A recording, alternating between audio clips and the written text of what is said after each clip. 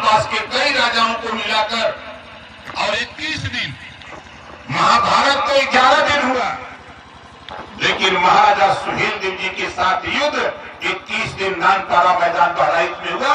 21वें दिन महाराजा सुहेलदेव जी ने जब दौड़ाया तो भागा पोटला नदी के किनारे छुपने के लिए। वहीं जाकर के महाराजा सुहेलदेव जी ने 10 जून 1034 को एक दफन कर दिया कि नहीं, है भारत में तेरी और हिम्मत नहीं। 165 साल लगातार उस युद्ध के बाद भारत पर किसी को आंख दिखाने की हिम्मत नहीं पड़ी। 165 साल तक कोई विदेशी आक्रमणकारी भारत पे आंख नहीं दिखाया। ऐसे महाराजा सुहेलदेव राजभर का इतिहास देश के इतिहासकारों ने नहीं लिखा।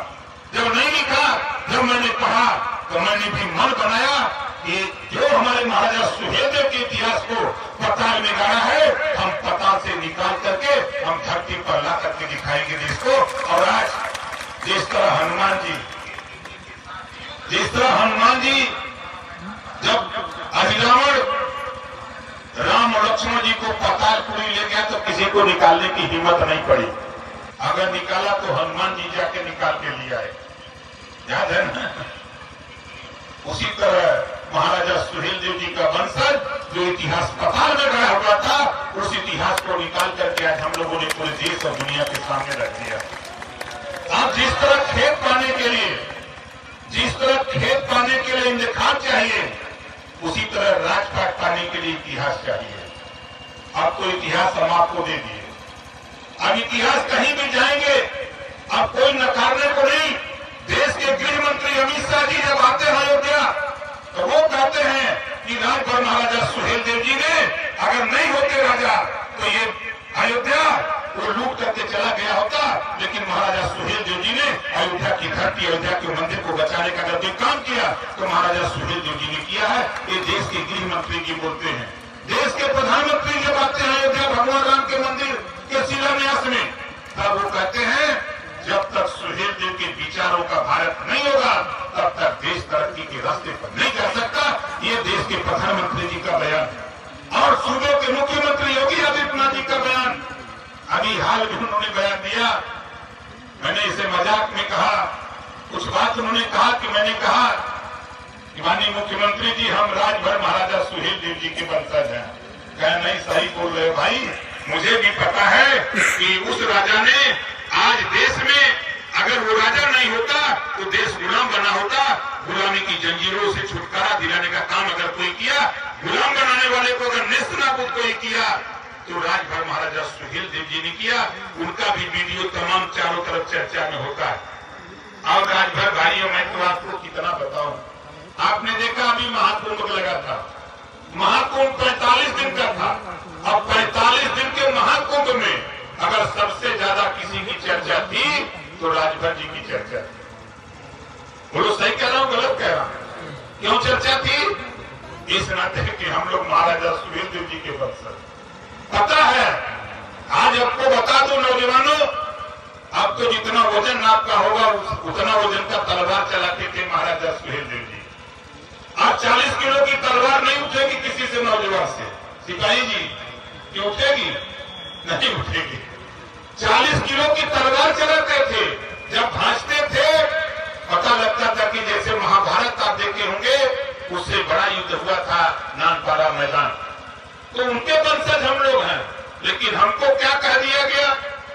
खैर, देश के लोगों ने क्या कहा, लेकिन आज आप लोगों के आशीर्वाद से, जहूराबाद के लोगों के बल पर आज जब ओम प्रकाश राजभर विधानसभा में बोले, चाहे झांसी बागा चित्रकूट हमीरपुर जालौन वही बोले, चाहे इटावा कन्नौज कासगंज सहारनपुर बागपत शामली बोले, अब पूरा देश सुनता है।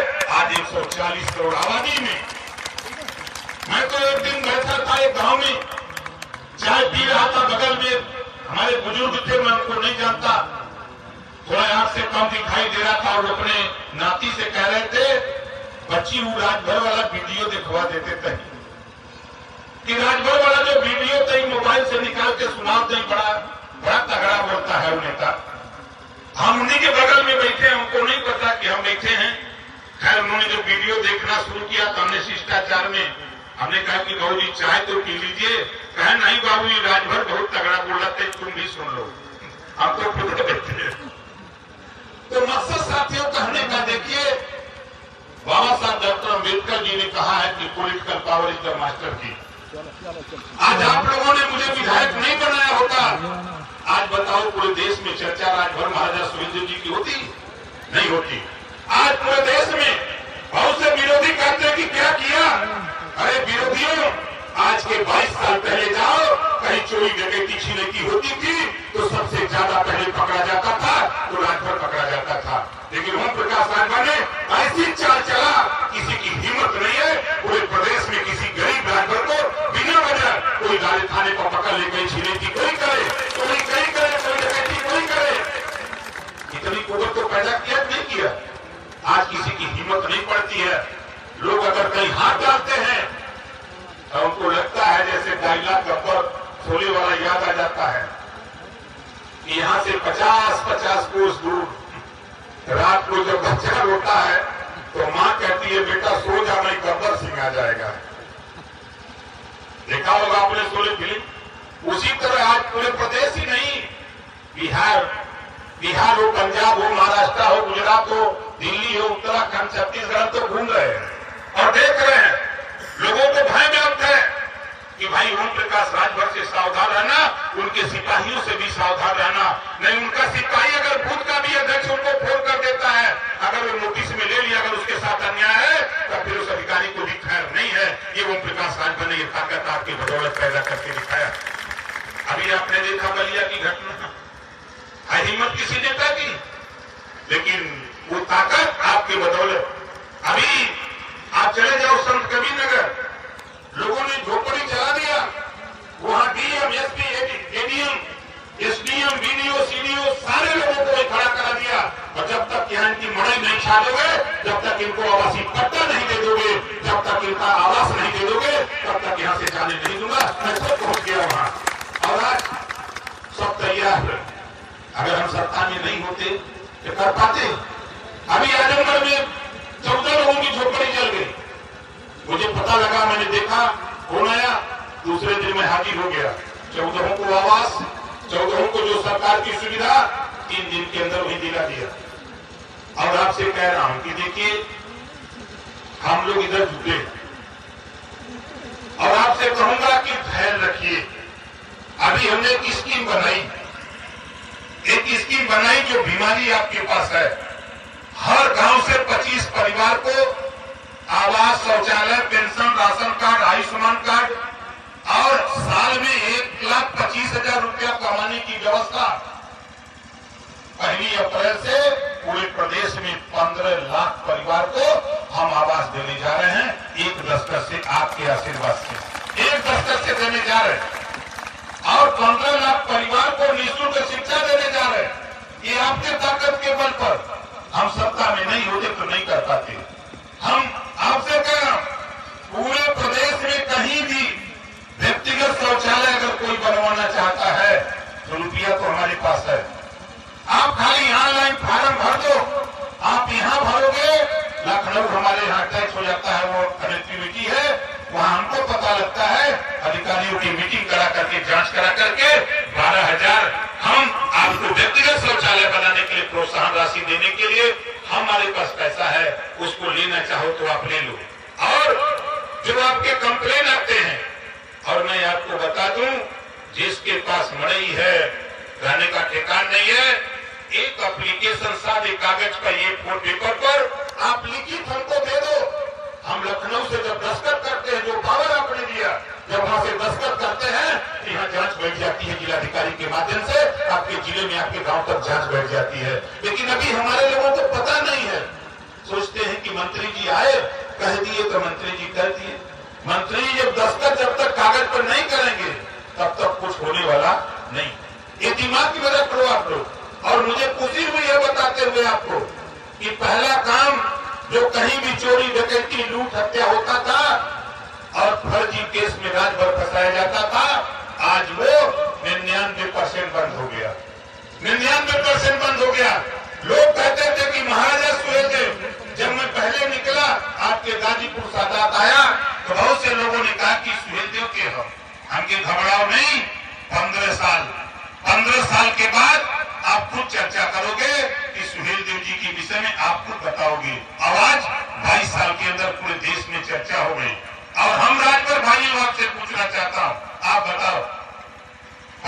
करने से आपको सम्मान मिल रहा है कि नहीं मिल रहा है?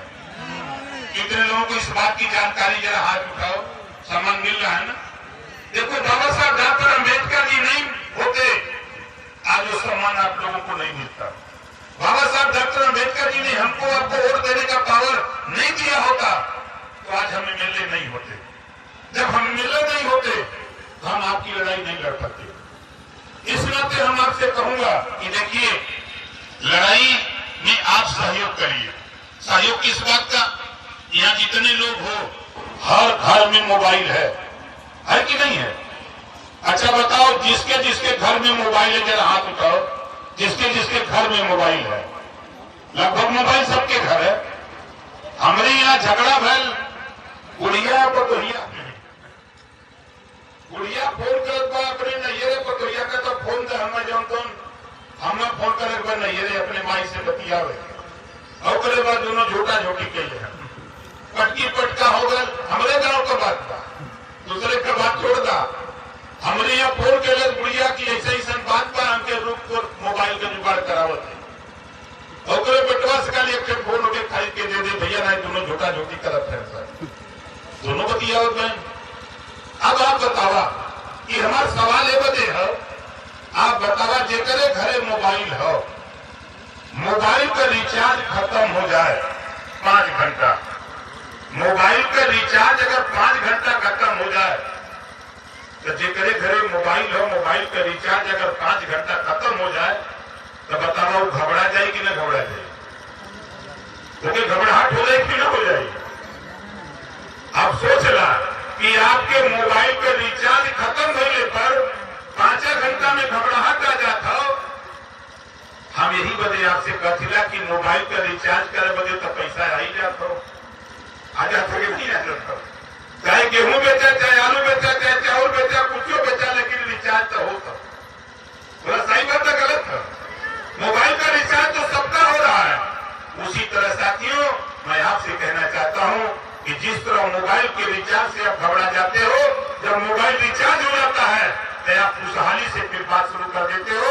उसी तरह अपने बच्चे को शिक्षा के प्रति उसको रिचार्ज करो, ताकि ओम प्रकाश रावत की लड़ाई कल तेरे बीच से तेरी बेटी दरोगा बन के आवे, सिपाही बन के आवे, एसडीओ बन के आवे, तेरा बेटा दरोगा बने, सिपाही बने। जब तक वो कहेगा नहीं तब तक ओम प्रकाश रावत भी कुछ कर नहीं पाएगा। इस नाते जिस तरह मोबाइल रिचार्ज करने का काम करते हो, उसी तरह अपने बच्चे को, बेटा बेटी को भी रिचार्ज करने का काम करो। देखो, बेटा पढ़ता है तो एक परिवार सुधरता है, बेटी पढ़ती है तो 2 परिवार सुधरता है। बेटी जब तक मायके में रहती है, माँ बाप भाई की सेवा करती है, बेटी की शादी हो जाती है, ससुराल जाती है तो सास ससुर की सेवा करती है। इस नाते बेटा बेटी में भेदभाव न करो। जितनी ताकत ऊर्जा बेटा को पढ़ाने में लगाते हो, उतनी ताकत ऊर्जा बेटी को भी पढ़ाने में लगाओ। आप अपनी बेटी को नहीं पढ़ाओगे तो मैंने तो सुना हो, अपनी कान से सुना हो, आप लोग भी कहते हो, जब कहीं शादी के तय हो जाता है, अपने बेटे की शादी तय कर लेते हो, तो जब घर से जाते हैं लोग बहू को देखने के लिए, बेटी को देखने के लिए, तो आप घर में से आवाज आती है कि जात हुआ देखा है लड़की, नहीं पढ़ल लिखल देखा है, नहीं पढ़ल लिखल लिया है, पतोहिया पढ़ल लिखल लिया है।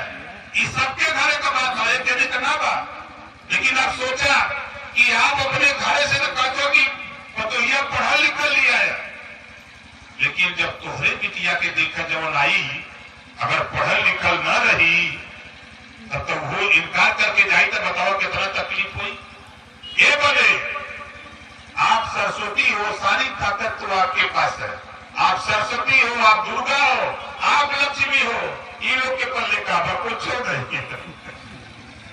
ताकत तो आपके यहाँ है, ताकत सारी ताकत आपके पास है, लेकिन आप लोगों से हमारा हाथ जोड़ के निवेदन है भाई, देखो हम पहले झगड़ा शुरू किया अपनी माँ से, माँ मेरे बीच में नहीं है, मैंने पहले झगड़ा किया अपनी माँ से। जब बेटी पैदा हुई तो माँ को बड़ा तकलीफ हुआ कि बेटी हो गई। मैंने कहा कि नहीं माँ, मैं जा रहा हूँ बाजार, और जाकर के 10 किलो मिर्ची ले आया और सबको बंटवाया, और भाभी को और चाची को बुला करके हमने सोहर गवाना शुरू किया। तो लोग हमसे पूछते थे कि सोहर कहाँ होता, हमके लक्ष्मी पैदा हुई है। लक्ष्मी लक्ष्मी पैदा हुई है। और आज हम आपसे भी कहूंगा कि हमारे गांव में अगर बेटी पैदा होती है तो बेटा से ज्यादा सोहर गाते हैं। एक आप लोग हो कि जब बेटी आपके घर पैदा हो जाती है तब तो जबान बंद हो जाती है। तब आप बेटा पैदा होता तो खुद नाचती हो, सोहर गाती हो, मिठाई बांटती हो। तो जितना सोहर बेटा के पैदा होने में खुशी मनाती हो, उतना ही ताकत ऊर्जा सोहर गाने में बेटी के भी पैदा होने में लगाओ। ये हमसे आपसे जयंती के अवसर पर हम आपसे निवेदन और अपील कर रहे हैं कि भेदभाव मत